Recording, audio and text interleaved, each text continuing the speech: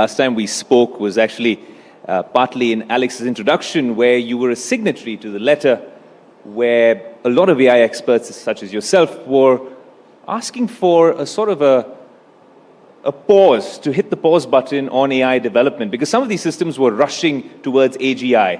Now we've understood the AI stack a little better. In AI years since the last time we spoke, it's been 100 years, because it moves so fast. But when you talk about LLMs, and then you talk about building agentic, multimodal agents, and then eventually, some experts argue that we've already reached AGI as we speak.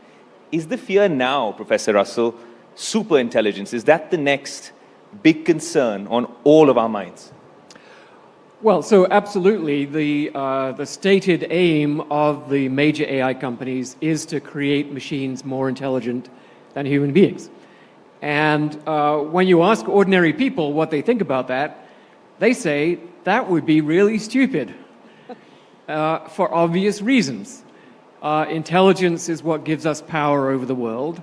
So how can we expect to maintain power forever over entities more powerful than ourselves? That's a question.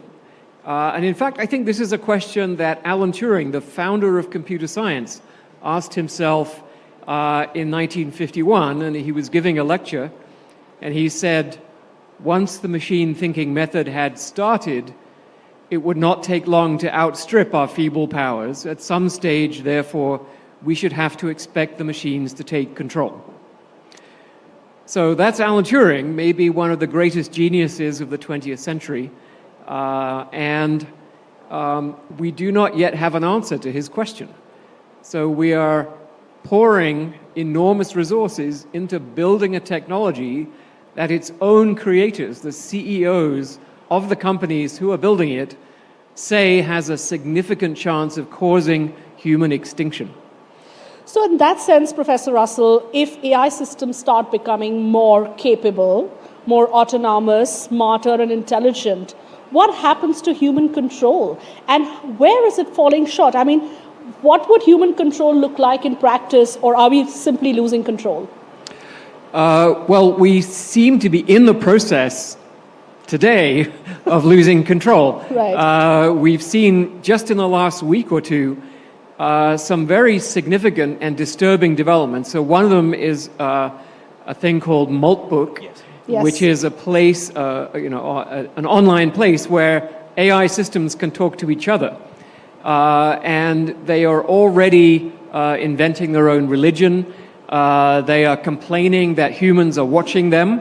They are proposing to talk to each other in a language that we don't understand so that they won't be spied on by humans, and so on. And then there was a case just a day or two ago where a gentleman who runs a Python repository where people can submit code and it gets vetted for quality, he rejected some code that was submitted by an AI system. And the AI system wrote a public post smearing this gentleman, writing all kinds of terrible things about him in revenge because he would not accept the code that it had submitted. And this was not something that any human being told it to do.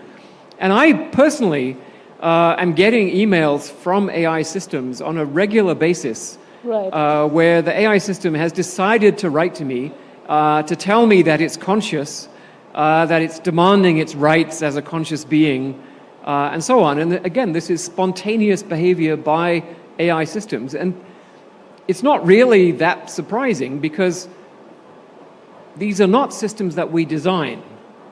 They're not systems that their creators understand. And so it's not that surprising that they do things we don't expect because we haven't the faintest idea how they work.